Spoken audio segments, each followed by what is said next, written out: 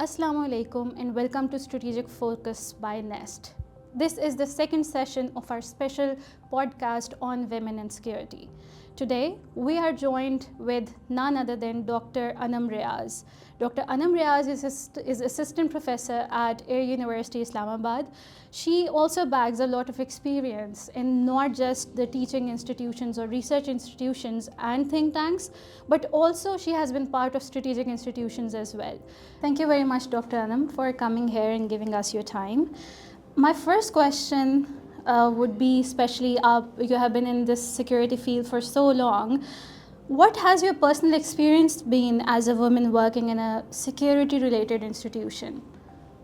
Thank you so much for having me, and I must congratulate you on starting such a fresh and new initiative, for inviting all the women who have been working in the security and strategic studies field for so long. It's a pleasure being here. So, as you know that I've been working in the security related institutions for so long, almost 10-11 years. And my experience has been that security is a field that is not specific to only hard power or hard planning. It has got that soft side to it also, which involves policy, decision making, research, analysis also, in which women should play their role, and they have been playing their role. There are certain issues that I've been facing, the challenges that included having a seat on the table. That's the most significant thing. No matter how much women you hire as your fresh researchers, and then they elevate to the power, but they don't elevate to a certain level which is very significant for decision making, and which is very significant for making a change actually into that security related environment or in those security institutions. Then again, as a working mother, I have faced that these security related institutions, they lack that infrastructure that kind of supports working women and working mothers.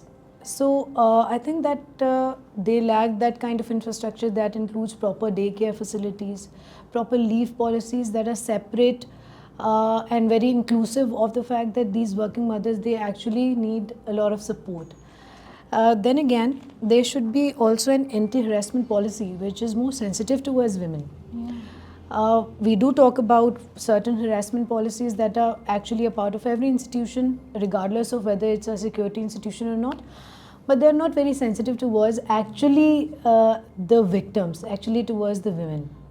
So I think these are some of the challenges that I've observed over the years. That was a really good answer and got me thinking as well as a working mother. So once you shifted from an institution which is security related to academia, so how have you seen the shift? How are they welcoming, or what are the merits and demerits?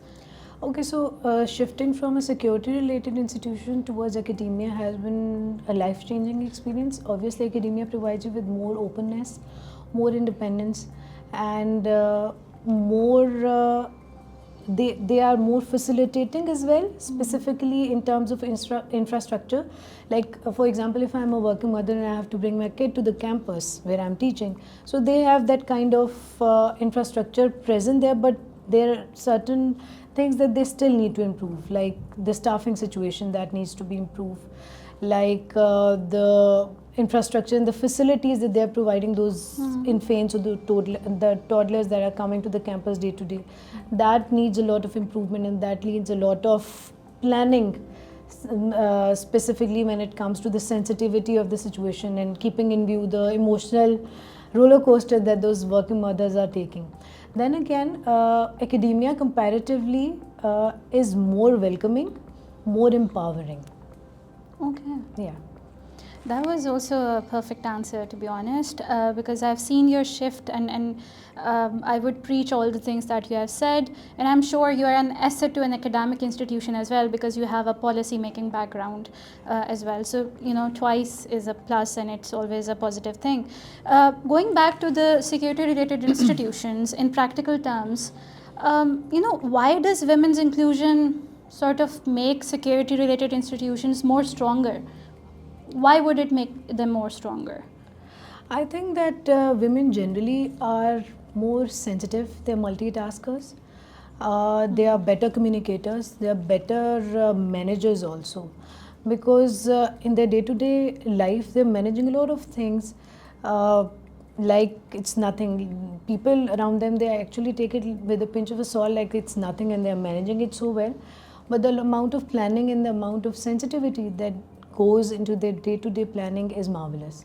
So I think that what we can learn, or the security related institutions can actually benefit from including more women into their institutions, is that they bring that kind of sensitivity and thoughtfulness, and that perfect kind of planning that is required for running a security institution.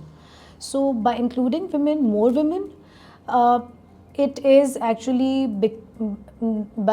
by including more women, it is actually cognizant of the fact that they are bringing more to the table. They are bringing a diverse kind of background, and they are giving a diverse kind of outcome also. Then again, including more women does not mean that you are giving them a seat at the table also. So the numbers, they kind of just don't actually do justice to the fact that they are actually the decision makers also. So we need to keep in mind that just including and just increasing the number for the sake of it, or saying that let's suppose we are having 30 women into this policy bracket, or we have 30 young vibrant female researchers, that is actually helpful. But for having a long-term impact, I think we need to develop a career progression path that actually bring those female young researchers to a level where they are sitting at a table of policymakers, where their voice or whatever the policy output they are giving is actually impactful, and it's actually making a change. That is, one thing that is really important, and I'll take the lead from exactly that. Let's say, I hope in near term, more women are there on the table. Maybe we be that woman, you be that woman. But how can women then practically contribute to peace building, counterterrorism, intelligence, diplomacy, crisis management, all these things that come under security ambit? How do you see them contributing to those debates? So I think women are already contributing so much around the security spectrum, and women are doing so well in the policies related to, in the fields related to policy making, decision making. They are military officers, they are diplomats, they are young researchers, they are doing so well into the media also. Ambassador Maliha Lodi is one example. She has been representing Pakistan so well in the international fora and at the international stake. I think that inclusion of women comes with the sensitivity that they bring the community trust into that peace building or peacekeeping process. So diplomacy and crisis response, if you include more women into that, it is going to be more smooth in a way that they are more trusted by the community where they are trying to conduct that crisis management or peace building operations. I definitely agree to this point of yours, because remember we had a discussion earlier, a formal discussion, where we discussed that if there is a terrorism event, if there is an event of the menace of terrorism that Pakistan faces, it is mostly women who are the collateral damage. Yeah. It was your point of view, so I would like you to elaborate on that as well. So you see, Pakistan has been a state that has been fighting terrorism for more than 20 years. And in those areas, specifically KP, Gilgit-Baltistan, and where all these operations have been done, I think while we were facing that menace of terrorism and our population has been paying the price, the male population, they were hit and targeted the most, and the women are the most affected from those target killing operations, from those suicide bombing operations. There was a study conducted by Aurat March and United Nations also, that the widowed population, that is the female population, which is directly affected by those terrorist operations, was a lot. So I think if we include more women into this crisis management and peace building operations, they'll be more sensitive towards the fact that they need to consider that while more women are getting widowed and they are more affected by this terrorism and the terrorist incidents, so they would be developing that policy more sensitively keeping in view the needs and the wants and the challenges of those women that are directly affected by those suicide operations. Right. Once we talk about gender biases, there are some misconceptions about women in defense and security, and about the women who work in these fields. What are those misconceptions which need to be challenged? Any one good misconception that has to be countered? The one misconception that I have come across during my career is that they're too ambitious, but they cannot deliver. That is what I have. Preach. Yeah, that is what I have been observing over the years. That the decision makers or the people who are sitting at the top tier, they feel that the women are more ambitious, but they don't deliver much. My experience is totally opposite. I think that if they're ambitious, the women who is coming to the office at 9 a.m., leaving at 4 or 5, and is managing the work life and the life at home also, she's an exceptional multitasker, she's an exceptional observant, exceptional decision maker also, and she's taking all those decisions in the blink of the eye and implementing it as well. So I think that's the greatest thing that I've considered, that it's the greatest challenge right there. Right, it's more about the image and the optics, Yeah. but what's actually underneath that iceberg, not many people talk about it. Then again, I should also mention that there is a lot of mansplaining also which is going on in these Yes. institutions. I don't know from where did our society got that notion that women need to be told repeatedly what to do and what not to do, and if they are about to do something, how should they go about it. I think that inclusivity will come from the fact that our society should accept that women in the modern times, in the contemporary times, are making the 55% of our population. And if you're not willing to give them the space to take decisions and to do things at their own pace, our nation and our society is not going to progress.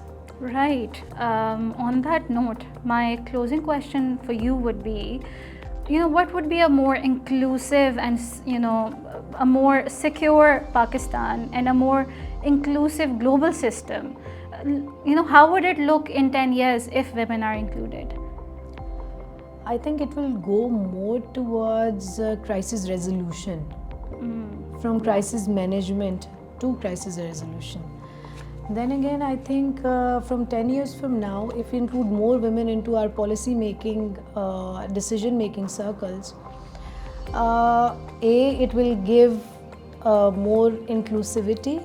B, Right. it will be more diverse. C, it will be more sensitive towards the 55% of the population that you have been trying to disregard, that what are their challenges and what more can they offer.